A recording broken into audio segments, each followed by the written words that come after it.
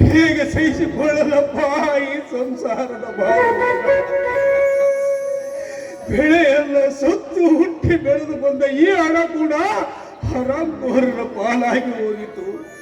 Lakh current bill ತುಂಬಿದರೂ ಅದು ಕೂಡ ಮತ್ತೆ 3,000 ತುಂಬಬೇಕೆಂದು. ನಾ ಹೇಗೆ ಉಳಿಯಲಿ? ನಾ ಹೇಗೆ ನಡೆಸಲಿ ಈ ಸಂಸಾರವನ್ನ?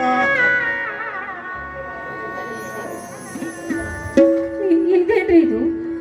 ಮೊನ್ನೆ ತಾನೇ ಹಣ ತುಂಬಿ ಬಂದಿದ್ವಲ್ಲ, ಈಗ ಮತ್ತೆ ತುಂಬಬೇಕೇನ್ರಿ?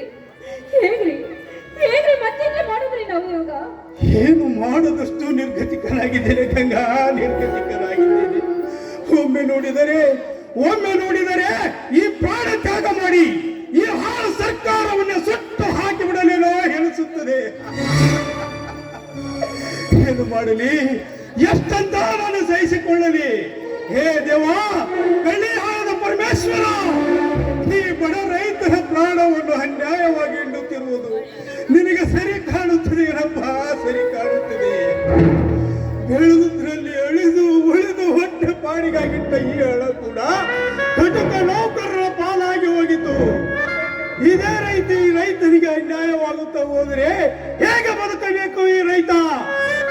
ರೈತನೇ ಜಗತ್ತಿಗೆ ಅನ್ನದಾತನು ಅಂದು ಇಂದು ಜಗದ ಲಂಚಕೋರರಿಗೆ ಅನ್ನದಾತನಾಗಿರುವ ನೀನೇ ಹೇಳು. ನೀನು ಈ ರೀತಿ ಕಣ್ಮುಚ್ಚಿಕೊಂಡು ಕುಟುಂಬ ವ್ಯಾಪಾರಸ್ಥರಿಗೆ ಹಣದ ಸಹಾಯ ಮಾಡಿ ಈ ರೈತರಿಗೆ ಕಣ್ಣೀರು ಕೊಟ್ಟರೆ ನಿನ್ನಾಣೆಯಾಗಿಯೂ ರೈತ ಉದ್ಧಾರ ಆಗುವುದಿಲ್ಲ. ಕಟ್ಟಿ ಬಿತ್ತಿ ಬೆಳೆದ ಈ ರೈತನಿಂದು ನಿನ್ನೆದುರಿನಲ್ಲೇ ಮಣ್ಣಲ್ಲೇ ಮಣ್ಣಾಗಿ ಹೋಗುತ್ತಿದೆ. ನೋಡಬಾರದೇನಪ್ಪ ಈ ರೈತರು.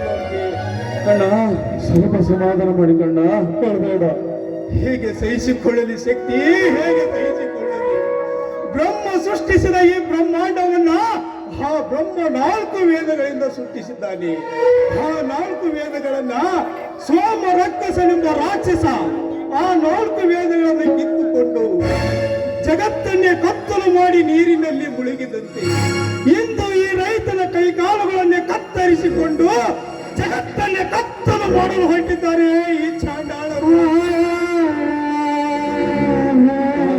ನೀನದನ್ನ ಏನು ಹಚ್ಚಿಕೊಳ್ಳಬೇಡ, ಅದಕ್ಕಾಗಿ ನಾನಿದ್ದೇನೆ.